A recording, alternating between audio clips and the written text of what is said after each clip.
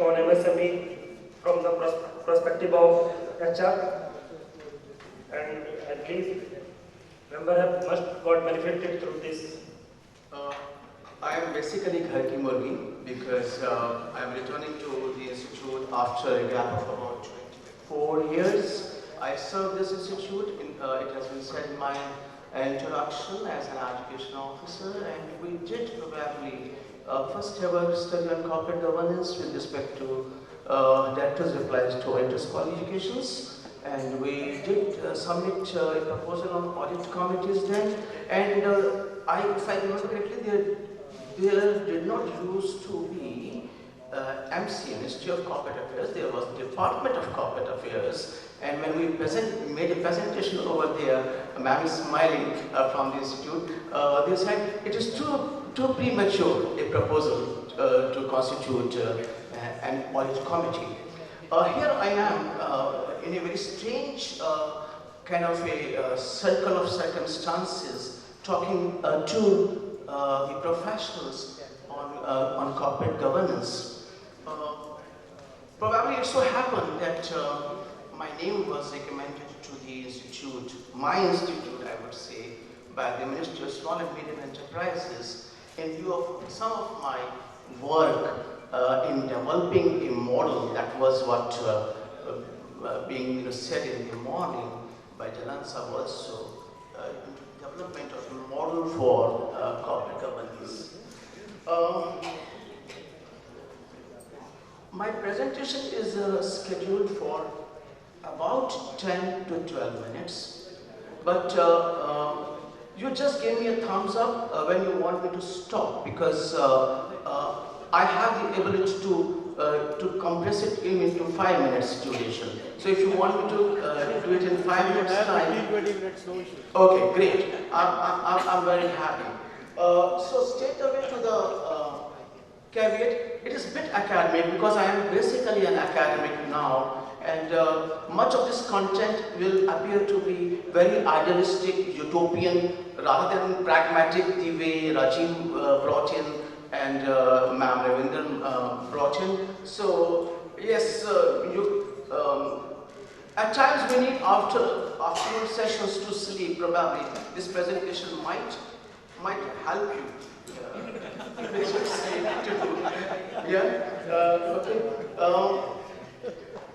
Interestingly, you see, MSMEs have become the forgotten precedent of the corporate governance discourse.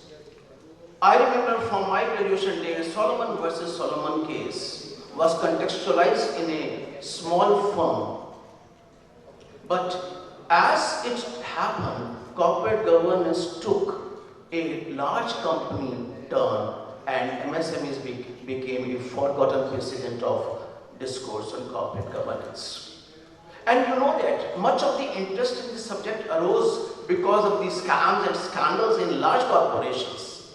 And the idea of corporate governance, therefore, was put across as antithetical to scams and scandals. Although I would tend to disagree with this, because to my mind, the whole idea about corporate governance is in line with the liberalization. As I said, department people talked about our proposal for audit committee as very premature. That was the onset of the liberalization process. What is liberalization? We move from the legislative control to the administrative control. Capital issue went off, SEBI came in. And ultimately, from administrative control to self-governance. That is the line that corporate governance actually should have taken. But what we have been doing is this, going one step forward and 2 steps backwards. And please allow me also to submit that there are vested interests, including that of our beloved profession, to keep those compliances very high. Because more compliances, the more money I get as a company secretary, because that is how I have been told what my role is. So I am going to do a little bit of heart shattering to my dear professionals also, but at the same time, I can visualize a deeper, more profound and more critical and more rewarding role as company secretaries in the governance of the corporations. The inspiration for my work was reinforced when I looked at the World Development Report 2015 that talks about, ultimately, it is all about psychogenesis. Rajiv was saying everything originates in the mind of the creator. How we look at the phenomenon, how we look at the problems, and how we arrive at the solutions. And that is where we need to look at the phenomenon from diversity of perspectives, the kind of argument which Ma'am Ravindran was talking about. And you know that these perspectives are like windows of a house. Each window gives you a different view, but reality is seamless, which Rajiv was trying to emphasize again. And that's where I am going to bring in alternative perspective to corporate governance, but before that, a couple of slides on what has been the mainstream perspective on the corporate governance. And as I have already said, we moved from the legislative to the administrative system, listing requirements. We went back to company law so that we can rope in more companies into the gamut of corporate governance, and then said, okay, let's give some concessions to small company and one-man company and the limited partnership. Incidentally, if you look at the numbers, world over, listed companies are coming down. This is the cat and goose game. That somehow we have misunderstood the whole idea of corporate governance. And we can see there is a moral hazard implicit in it, because I derive my sustenance from compliance. Larger the number of compliances, greater is the money as a professional, be chartered accountant, be company secretary, or whatever, or cost accountant, I will make. But in the process, what I am missing out is the value-added services and involvement in the governance and the management of the corporations, where I can play a more positive and more rewarding role as a professional. So, assumptions fine, but discourse is the same. And what is the alternative perspective? Where does it originate from? This originates from my core competence, that is management theories and organization theories. I will be drawing on sociology, sociocracy. I did some paper for NLU, National University, on sociocratic governance. And then, of course, institutional theory, which is actually derived from sociocracy. And Horosovsky's articulation of decision-making upward. And I will present these ideas very shortly and very swiftly in a coherent whole. And where does this case for alternative perspectives lie? Rajiv has already said, "Aapne badla nahi liya na, compliances lekar ke, theek hai na." So you see that there are several explicit and implicit costs of governance, which I will present in my next slide probably, in the kind of a framework, which become counterproductive. Our objective is to promote entrepreneurship. Our objective is to promote grassroots innovation. Our objective is to provide vibrance to the economy, dynamism to the economy. But the moment I follow that corporate governance mainstream perspective, I am missing out on everything. So what's the point? And then, as I said, peculiarities of the MSME sector. My problems are not of my making, these are system generated.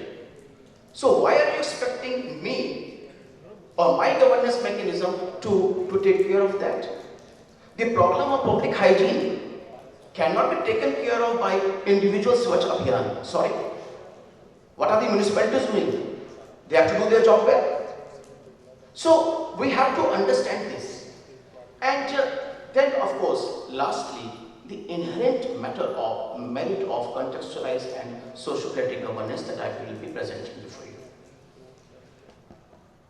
Now, you can see this. I hope it is adequately visible to you, the model of the costs of governance. Hello. Great. As you can see that I have divided the costs of governance into explicit costs costs and implicit costs.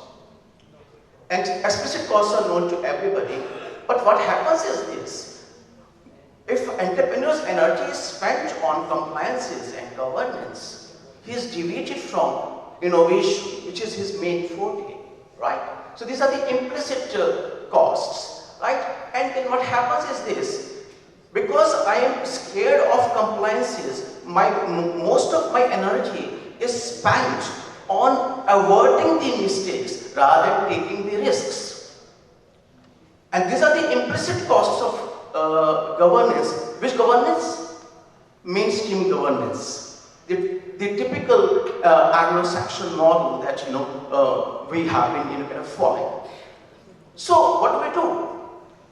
Yes, a part of this cost of governance, because there are costs of governance, there are benefits of governance also. So to some extent, these costs have to be borne by the MSME unit. But a large part of the cost have to be upward delegated to the, what I call as, participants in the articulation of the decision making or governance at the level of the micro, small and medium enterprises. These could be cluster agencies, these could be what you call value chain partners, these could be other regulators, and so on. And some of these developments we have seen today, wherein the regulators have voluntarily taken up certain costs of governance, onto themselves.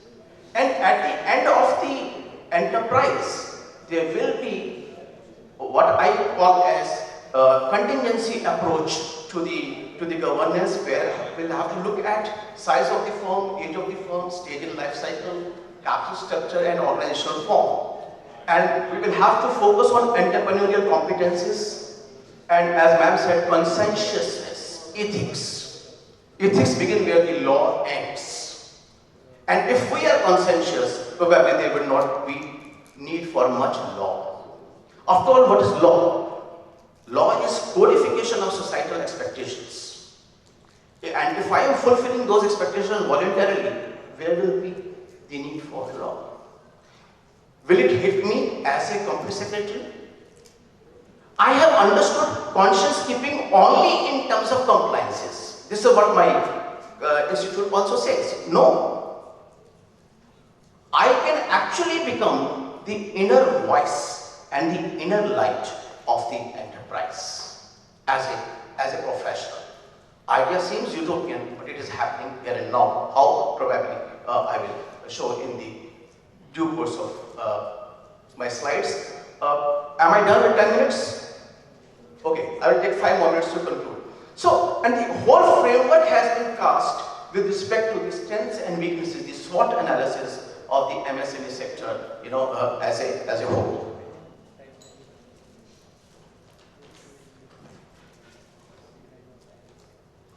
And much of our discourse on governance has focused on structure. And that's why all governance ratings are checkbox ratings. कितने independent directors हैं, कितने women directors हैं, कितने meetings हुए, ये वो हुए, जिसमें की बात नहीं है, रूह तक जाना है. So we have to focus on the processes and we have to contextualize. Otherwise, सत्य में क्या बुराई थी? कौन सा अवार्ड उसे नहीं मिला गवर्नेंस का, बताइए तो. And not only this, one after another we see companies that have been rated very high, be it credit rating or even the governance ratings, they tumble down like a pack of cards. Probably just because we have misconstrued good governance as checkbox governance. That is not going to help, to my mind. So we have to focus on the process and we have to contextualize it. I was saying, our MSME context is 95% of the MSMEs are proprietary firms. Take it. We might thrive in the fact the 5% is also large enough so that I can do my practice. My suggestion is, why not go for 95 and focus only for 5? And that is where probably the alternative perspective becomes very important. This is the typical Anglo-Saxon. Our mind is hierarchies. Somebody was telling me, even in the luncheon, we have hierarchies everywhere. Even in the luncheon room, for the seniors and for, and so on and so forth. We have to come out of this mindset of hierarchy and move towards Socratic models. The whole issue is about, essence of governance is about separating decision management from decision control. And mind you, using the theatrical metaphor, the director, the actor and the audience, वो सब मेरे में ही है ना?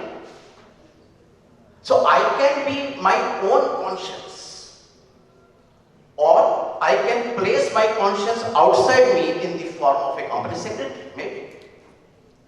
But fact of the matter is, essence of governance is this: मेरा कोई भी decision proposal होगा, उसे ratify होना है, and once I am implementing it, it has to be monitored, and that can happen sans all the structure of governance that we have learned.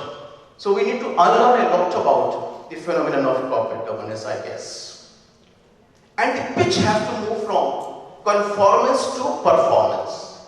Performance के 10 commandments sir ने दे दिए. If in order to survive and thrive in the changing context of business, we have to do those 10 things. I will say the agenda of governance is set. Can the governance stimulate innovation? Can the governance stimulate risk-taking? Can the governance stimulate human resource development? So the agenda for governance is loud and clear, as has been evidenced by Rajiv's presentation. Then why we are talking so much on compliance? चलो उसका बात भी कर लो, अपने रोजी रोटी का सवाल है. 5%. I am giving the butter and jam of that 95%. So let us see whether we can contribute towards the performance of the micro, small and medium enterprises. I have to put a pin in the hierarchy mindset. I have to come out of that hierarchy mindset and move what Likert, because I am a management person, what Likert talks about system 5 management, which is participating deeper democracy. Now, this is the model of corporate governance that one is talking about. देखिए, हर एक government committee में nominees होते हैं, हर एक institute की कोई ना कोई काउंसिल बनती है, उसमें इलेक्टेड मेंबर्स होते हैं. इलेक्शन डेमोक्रेसी में क्या होता है सबको पता है. How representative is our democracy we know. Our leaders barely represent 1/3, even less than 1/3 of the voting population. Forget the entire population. Because our voting system is like this. 5 candidates खड़े हो जाएंगे, 50% वोट पड़ा है, उनमें vote पड़ जाएगा, जिसको सबसे ज्यादा मिले वो जीतेगा. But we will have to move from democracy to sociocracy, a deeper participative democracy wherein everybody sits together. By the way, can anyone tell me the origin of the word company? In the house of these company secretaries? Company means sit together. Oh, beautiful. Thank you so much. What is your name, sir? Amit. Can we clap for Amit, please? Com means together. Panis means bread. Breaking the bread together in all the cultures is said to be the greatest honor that you can give to anyone, or greatest honor you can receive from anyone. कैसे होती थी company? Earliest companies were state charters. Ship में merchants जाते थे, dinner इकट्ठा करते थे, company हो गया. Breaking the bread together. इकट्ठा बैठना है तो they will put a plywood. Tables were expensive, furniture was expensive. That is how the concept of board came in. और जो सबसे सीनियर होता था उसको एक स्टूल पे बिठा देते. That's how the concept of chairman came in.